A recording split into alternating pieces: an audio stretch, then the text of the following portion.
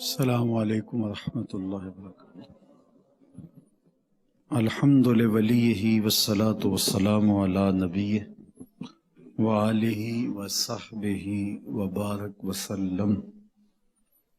قال اللہ تعالی وتبارک فی القرآن المجید والفرقان الحمید فی شان حبیبہ مخبرا وآمرا ان اللہ وملائکتہ یصلون علی النبی یا ایہا الذین آمنوا صلوا علیہ وسلموا تسلیما۔ اللہم صلی علی سیدنا ومولانا محمد معدن الجود والکرم، صلاۃ وسلاما علیک یا سیدی یا رسول اللہ وعلی آلک واصحابک یا حبیب اللہ۔ تمام حمد و ثنا، تعریف و توصیف اللہ جل مجدہ الکریم کی ذات بابرکات کے لیے، جو خالق کائنات بھی ہے اور مالک شش جہات بھی۔ اللہ جل وعلا کی حمد و ثنا کے بعد رسول رحمت، شفیع معظم، نبی محتشم حضور ختم المرتبت صلی اللہ علیہ وآلہ وسلم کی حضور ناز میں اپنی عقیدتوں، ارادتوں اور محبتوں کا خراج پیش کرنے کے بعد واجب الاحترام ذوی الاحتشام معزز و مکرم سامعین، خواتین و حضرات، السلام علیکم ورحمۃ اللہ وبرکاتہ۔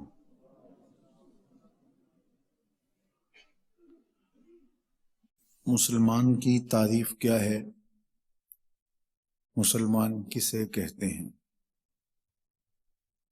ایک تو یہ دیکھنا ہے کہ اعتقاداً مسلمان کون ہے، تو وہ آپ جانتے ہیں کہ جو اللہ پر، تمام رسولوں پر، منزل من اللہ کتابوں پر،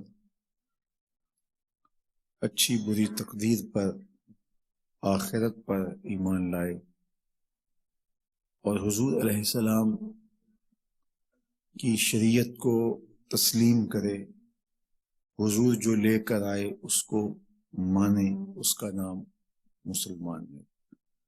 الایمان ہی التصدیق بما جاء بہ النبی صلی اللہ علیہ وآلہ وسلم۔ ہمارے عقائد کی کتابوں میں ایمان کی یہی تعریف کی گئی ہے کہ حضور جو لائے ہیں اس کی تصدیق کرنے کا نام ایمان ہے۔ اور وہ جو قلب میں تصدیق اور اذعان و یقین پیدا ہے، اس کا زبان سے اظہار کرنا، اعلان کرنا اسلام کہلاتا ہے۔ تو تصدیق قلب کا جب زبان سے اقرار کیا جائے تو یہ اسلام بنتا ہے۔ اگر صرف تصدیق قلبی ہے اور زبان سے اقرار نہیں کیا گیا تو مسلمانوں والے احکام نافذ نہیں ہوں گے۔ اور اگر زبان سے اسلام کا اقرار ہے لیکن قلب میں تصدیق ہی نہیں پائی جا رہی تو وہ عند الشریعہ تو مسلمان مانا جائے گا، احکام نافذ ہوں گے، لیکن حقیقت میں وہ مسلمان نہیں ہوگا، کیونکہ اس نے ان امور کی تصدیق ہی نہیں کی۔ تو ایسے شخص کو شریعت میں منافق کہتے ہیں، جو ہمارے لیے پہچاننا مشکل ہے۔ ہم تو ظاہر سے حکم لگائیں گے کہ اس نے زبان سے قرار کیا ہے یا نہیں کیا۔ اگر کیا ہے تو مسلمان کہلائے گا، اگر نہیں کیا تو مسلمان نہیں کہلائے گا۔ یہ تو ہے اعتقاداً کسی شخص کا مسلمان ہونا، لیکن عملاً مسلمان کس کو کہتے ہیں؟ تو وہ میرے اور آپ کے آقا و مولا حضور ختم المرتبت صلی اللہ علیہ وآلہ وسلم نے، ہمارے ماں باپ ان پہ قربان ہوں، فرمایا کہ المسلم من سلم المسلمون من لسانہ و یدہ۔ مسلمان وہ ہے کہ جس کی زبان سے، جس کے ہاتھ سے مسلمان محفوظ نہیں، جس کے قول و عمل سے، جس کے رویے سے، جس کے طرز زندگی سے دوسروں کو ضرر نہ پہنچے، دوسروں کو خیر پہنچے، وہ مسلمان ہے۔ تو یہاں دو لفظ استعمال کیے گئے، من لسانہ و یدہ، اس کی زبان سے اور اس کے ہاتھ سے، یعنی اس کے قول اور اس کے عمل سے۔ تو اس میں سب کچھ آ گیا۔ یہ جامعیت کے ساتھ میرے اور آپ کے آقا و مولا نے سب کچھ بیان کر دیا۔ جس کا قول و عمل مسلمانوں کے لیے ضرر کا سبب نہ ہو، مسلمانوں کے لیے جو خیر بانٹے، وہ مسلمان ہے۔ یہ مسلمان کا وہ چہرہ ہے جو حضور علیہ السلام نے ہمیں دکھایا ہے۔ ایک تو اعتقادی مسلمان ہے، اس کے رویے جیسے بھی ہوں بہرحال وہ مسلمان کہلائے گا، اور ایک وہ ہے کہ اسلام کس طرح کا مسلمان دیکھنا چاہتا ہے، عملاً مسلمان کس طرح کا ہونا چاہیے، اس کے خد و خال کیا ہے، اس کا کوئی نقشہ بھی تو ہونا چاہیے۔ تو وہ مختصراً میرے اور آپ کے آقا و مولا نے ہمارے سامنے اس کا نقشہ رکھ دیا کہ مسلمان وہ ہے جس کے قول و عمل سے مسلمان محفوظ رہیں۔ تو ہمیں یہ اسلام سیکھنا ہے، اور یہی اسلام اپنے بچوں کو، اپنی نسل نو کو سکھانا ہے۔ اور اگر یہ ہم خود نہ سیکھ پائیں تو ہم آگے اس کو سکھا نہیں سکتے۔ عمومی طور پہ ہم اپنی زندگی اپنی مرضی کے مطابق گزار رہے ہوتے ہیں، لیکن ہماری خواہش ہوتی ہے کہ ہماری اولادیں جو ہیں وہ اس طرح کی زندگی بسر کریں۔ زندہ سے مردہ پیدا ہو جانا اور مردہ سے زندہ کو پیدا کر دینا یہ اللہ تعالیٰ کی قدرت میں شامل ہے، لیکن یہ کبھی کبھار ہوتا ہے، ورنہ اصول یہ ہے کہ وہ اچھے لوگوں کی صحبت میں بیٹھنے والوں کو اچھائی دیتا ہے، برے لوگوں کی صحبت میں بیٹھنے والے برائی کا شکار ہو جاتے ہیں۔ تو خیر سے ہی خیر پھوٹتی ہے اور شر سے شر ہی پھوٹتی ہے۔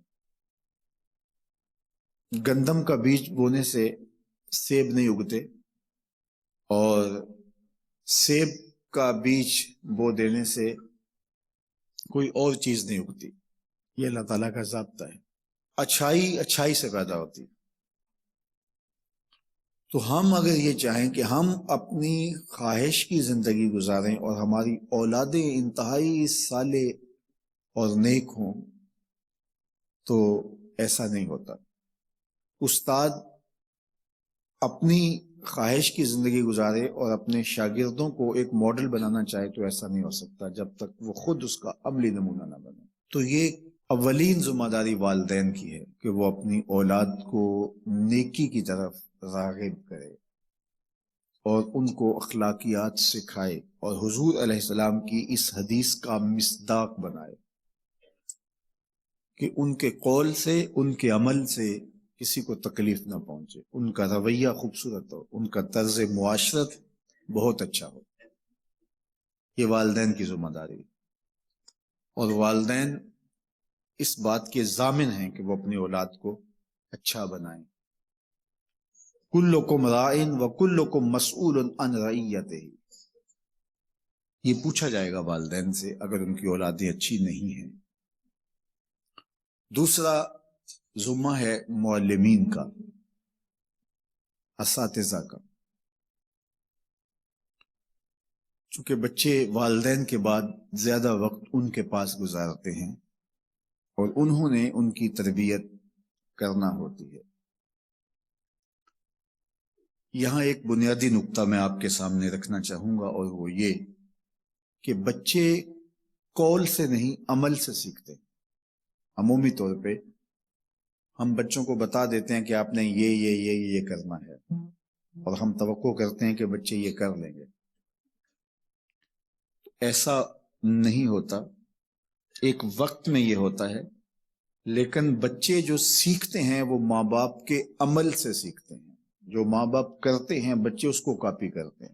اسی طرح اساتذہ کا عمل، ان کا رویہ شاگردوں پہ اثر انداز ہوتا ہے. تو یہ دوسری ذمہ داری اساتذہ کی ہے کہ وہ متعلمین کو زیر تربیت بچوں کو اچھی تعلیم سے آراستہ کریں، جس سے وہ ایک اچھے انسان اور اچھے مسلمان بن سکیں. تیسری ذمہ داری ممبر و محراب کی ہے.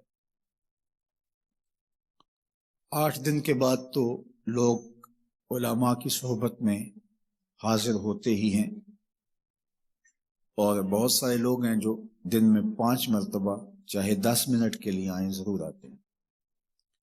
تو یہ موقع لوگوں کے سیکھنے کا ہوتا ہے. اور یہ جو جمعۃ المبارک کی نشست ہے یہ ایک خالص تربیتی نشست ہے. یہ جو خطبہ رکھا گیا ہے اس کی بہت زیادہ اہمیت ہے. آپ جانتے ہیں کہ ظہر کے فرض کتنے ہیں؟ 4. سیکھنے کا عمل، سکھانے کا عمل اتنا ضروری ہے کہ 2 رکعتیں کم کر دی گئیں اور اس کی جگہ خطبہ رکھا گیا. اب خطبہ عربی میں ہے اور سارے لوگ عربی جانتے نہیں، عربی سمجھتے نہیں. تو جب اسلام صرف عرب میں تھا تو اس وقت تو مسئلہ حل ہوتا رہا. جب بلاد عرب سے باہر نکلا اور مختلف اجمی زبانوں میں اسلام کے ماننے والے پیدا ہوئے تو پھر یہ مسئلہ ہوا کہ اب کیا کیا جائے. وہ تو عربی سمجھتے نہیں اور سب لوگوں کو عربی جان لینا اجمی علاقوں کے لوگوں کو یہ بڑا مشکل ہے. ایک زمانے میں تو اس بات پہ بھی بحث ہوئی کہ یہ نماز جو ہے اس کو اگر کوئی بندہ فارسی میں یا کسی اور زبان میں پڑھتا ہے تو کیا پڑھ سکتا ہے یا نہیں. لیکن بہرحال وہ تو اس کو عربی میں ہی پڑھنا ہوگا. لیکن جمعۃ المبارک کے خطبے کا حل کیا نکالا جائے؟ یہ کسی اور زبان میں ہو سکتا ہے تاکہ لوگ سیکھنے کے عمل سے گزریں. تو کہا کہ مسنون تو یہی ہے. تو پھر اس کا طریقہ یہ نکالا گیا کہ دور رسالت مآب صلی اللہ علیہ وسلم میں تو جمعۃ المبارک کی ایک ہی اذان ہوتی تھی، اس کے بعد خطبہ ہوتا اور پھر نماز ہوتی. یہ جو اذان اول ہوتی ہے یہ بعد میں شروع کی گئی، اور اس سے لے کر اذان ثانی تک، دوسری اذان تک اجمی علاقوں کے لوگ جو ہیں وہ سیکھ سکیں اور وہ ان کی زبان کے اندر خطیب ان کو کچھ بیان کر کے ان کو دین سکھا سکے. کیونکہ جمعہ کے جو مقاصد ہیں ان میں سے ایک یہ مقصد ہے کہ لوگ 8 دن کے بعد جمع ہوں. یہ ایک تربیتی سیشن ہوتا ہے اور اس میں وہ کچھ سیکھ سکیں. تو اجمی علاقوں کے اندر یہ مسئلہ درپیش ہوا کہ وہ تو عربی جانتے نہیں ہیں، تو ان کے لیے یہ سہولت فراہم کر دی گئی. مختلف علاقوں کی زبانوں کے مطابق خطیب جو ہے وہ گفتگو کرتا ہے. جس طرح یہ میں آپ سے خطاب کر رہا ہوں، یہ خطاب ہے، خطبہ عربی میں ہوگا جو مسنون ہے. اور یہ خطاب جو اذان سے قبل ہے اور پہلی اذان کے بعد ہے، یہ دور نبوی میں نہیں تھا. یہ بعد میں مرور زمانہ کے ساتھ لوگوں کی ضرورت کے لیے لایا گیا، اور یہ سکھانے کا عمل ہے.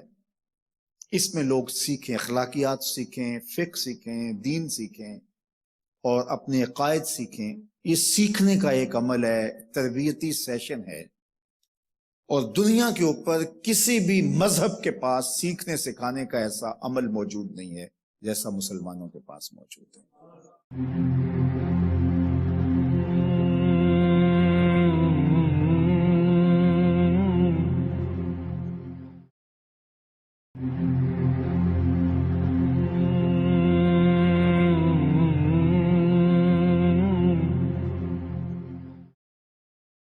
جب بر صغیر پاک و ہند کے اندر انگریز آئے تو انہوں نے پھر کچھ عرصے کے بعد ایک وفد یہاں بھیجا کہ یہاں کے لوگوں کا مطالعہ کیا جائے اور مشاہدہ کیا جائے لوگ کیسے.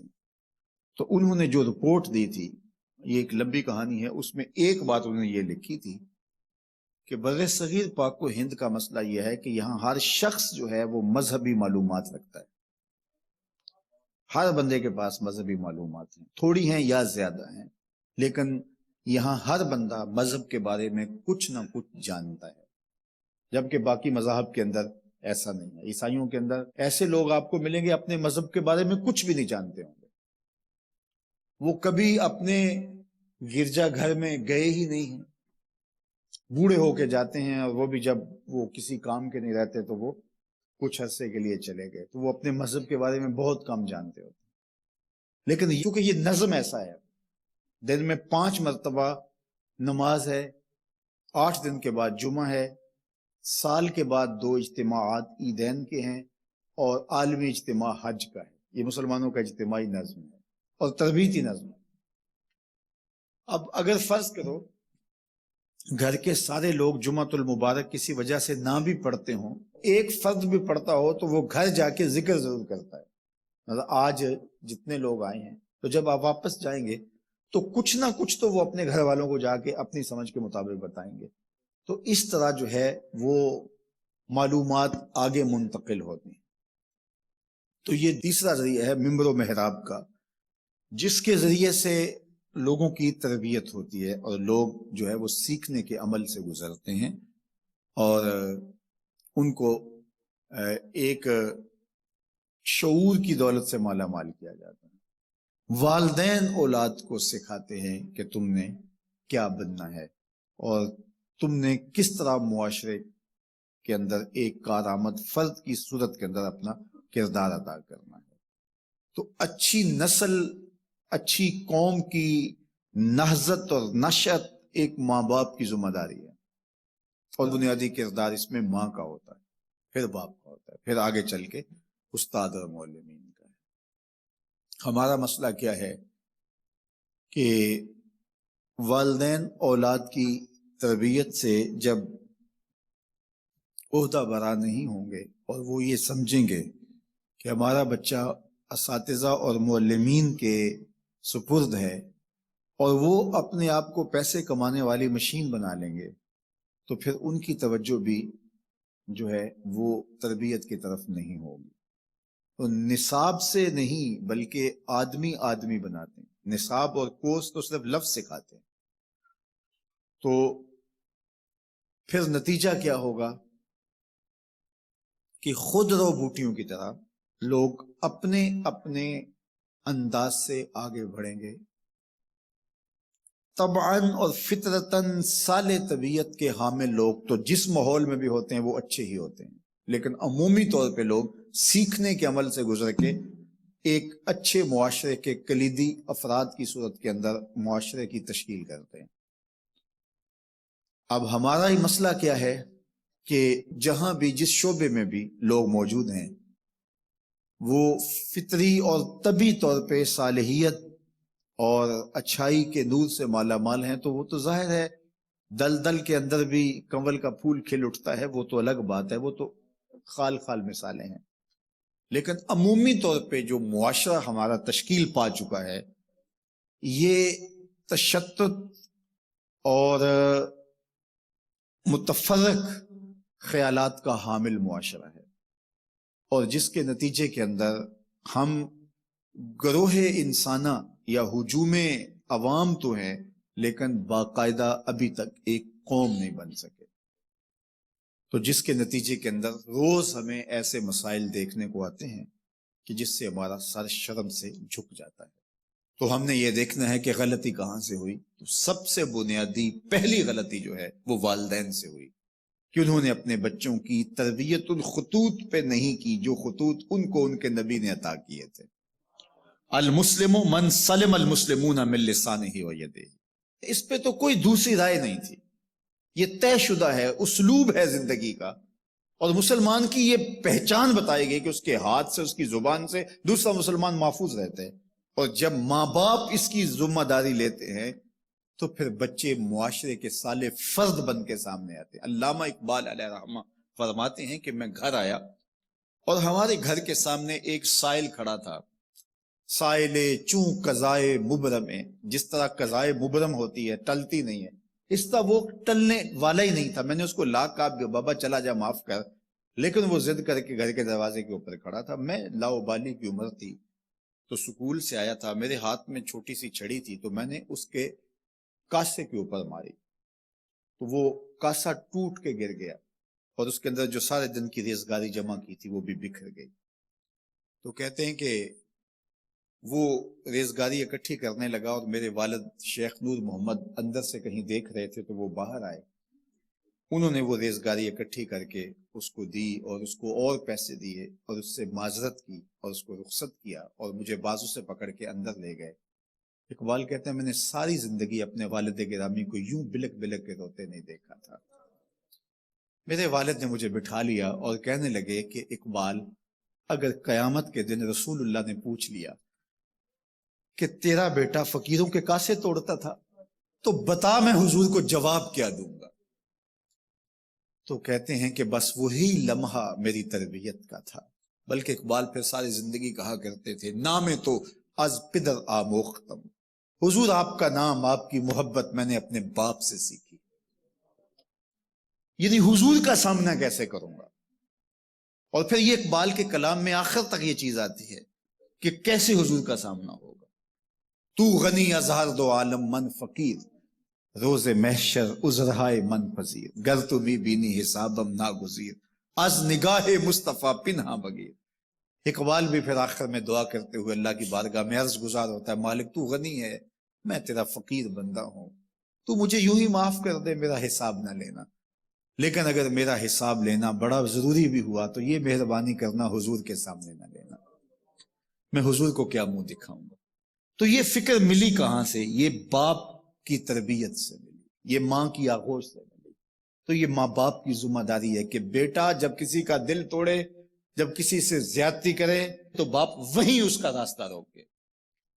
اور ایک فقیر کا لا ابالی پن کے اندر کاسا توڑ دیا، اور باپ نے پھر ایسی تربیت کی کہ اقبال ساری زندگی لوگوں کے دل جوڑتا رہا، ساری زندگی بتاتا رہا کہ انسان کی اصل صورت کیا ہوتی ہے، دل نہیں شاعر کا ہے کیفیتوں کی رستخیز، کیا بتاؤں کہ درون سینہ کیا رکھتا ہوں میں، در غم دیگر بسوزو دیگر آرا ہم بسوز، گفت مت روشن حدیث گر توانی دار ہوش، کہہ گئے ہیں شاعری جزویست از پیغمبری، ہاں سنا دے پڑھ کے ان کو پیغام سروش۔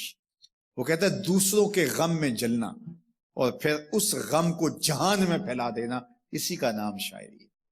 پھر اقبال نے وکری شاعری کی، شاعر تو اور بھی ہیں، لیکن اقبال کہتا ہے شاعری از مثنوی مقصود نیست، بت فروشی بت گری مقصود نیست، کشتائے انداز ملا جامیم، نظم و نثر او علاج خامیم۔ وہ کہتا ہے کہ میں یہ بت نہیں بنا رہا کہ یہ غزلیں تراش کے اور یہ نظمیں تراش کے لوگوں سے داد وصول کرو، بلکہ کسی نے اقبال کو کہا یار کوئی غزل تو سناؤ، تو اقبال رو پڑا، کہا حضور میں اپنے شعروں کی داد قیامت کے دن آپ سے ہی لوں گا، یارا مرا غزل خانے شمردن، یاروں نے تو مجھے غزل خان سمجھ لیا، میرا تو مقصد ہی اور ہے، نغمہ کجا و من کجا، سازے سخن بہانا ایست، سوئے قطار می کشم ناکائے بے زماں مرا، میں تو اونٹوں کو قطار میں کھڑا کرنے کی کوشش کر رہا ہوں، اور وہ شعر بن جاتے ہیں اور یہ سمجھتے ہیں کہ یہ کوئی شاعر ہے، تو میری شاعری تو کچھ اور ہے، میرا تو مقصد کچھ اور ہے۔ بلکہ ان شعراء پہ تنقید اقبال نے کی، عشق و مستی کا جنازہ ہے تخیل ان کے اندیشہ تاریخ میں قوموں کے مزاد، چشم آدم سے چھپاتے ہیں مقامات بلند، کرتے ہیں روح کو خوابیدہ بدن کو بیدار، ہند کے شاعر و صورت گر و افسانہ نویس، آہ بیچاروں کے اعصاب پہ عورت ہے سوار، ہر وقت لب و رخسار کے تذکرے، ہر وقت نشیلی آنکھوں کی کہانیاں، ہر وقت قدے رانا کی باتیں، کہا تم اس خول سے نکل ہی نہیں رہے، تمہاری شاعری صرف ایک عورت کے گرد گھوم رہی ہے جس نے اس کو تخلیق کیا، اس خالق کے جلوے بھی تو دیکھو نا۔ تو اقبال پھر اقبال بنتا ہے، اور اس کو یہ شعور، یہ آگہی، یہ نور ملتا کہاں سے ہے؟ یہ باپ سکھاتا ہے۔ باپ کے بعد پھر مولوی میر حسن ملتا ہے جو استاد اقبال کو اقبال بنا دیتا ہے۔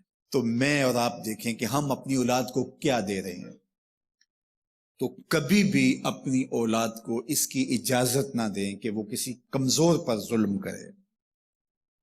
جب کمزور پر آپ کی اولاد ظلم کرتی ہے، زیادتی کرتی ہے، تو پھر وہ بڑی ہو کر کے ظالم بنیں گی، جابر بنیں گی۔ آج اگر بچہ چھوٹی سی چوری کرتا ہے یا چھوٹی سی خیانت کرتا ہے، کل بڑا ہو کے بڑا خائن بنے گا. تو ہم دیکھیں کہ ہم بحیثیت قوم کدھر جا رہے ہیں اور ہم نے جانا کدھر تھا. سادی بولے ترسم نہ رسی بقابا رابی کی را کے تو می روی بترکستان است. اے دیہاتی مجھے تیری حالت پہ ترس آ رہا ہے، جس راستے پہ تو چلا ہے یہ کعبے کو تو نہیں جاتا، یہ ترکستان کو جاتا ہے. تو ہم نے دیکھنا ہے کہ ہم کھڑے کہاں ہیں. میں اور آپ اپنی اولادوں کے تو بہرحال ذمہ دار ہیں. کلکم رائن وکلکم مسئول عن رعیتہ قوا انفسکم واہلیکم نارا. فرمایا خود بھی اور اپنی اولاد کو بھی جہنم کی آگ سے بچاؤ. وآخر دعوانا ان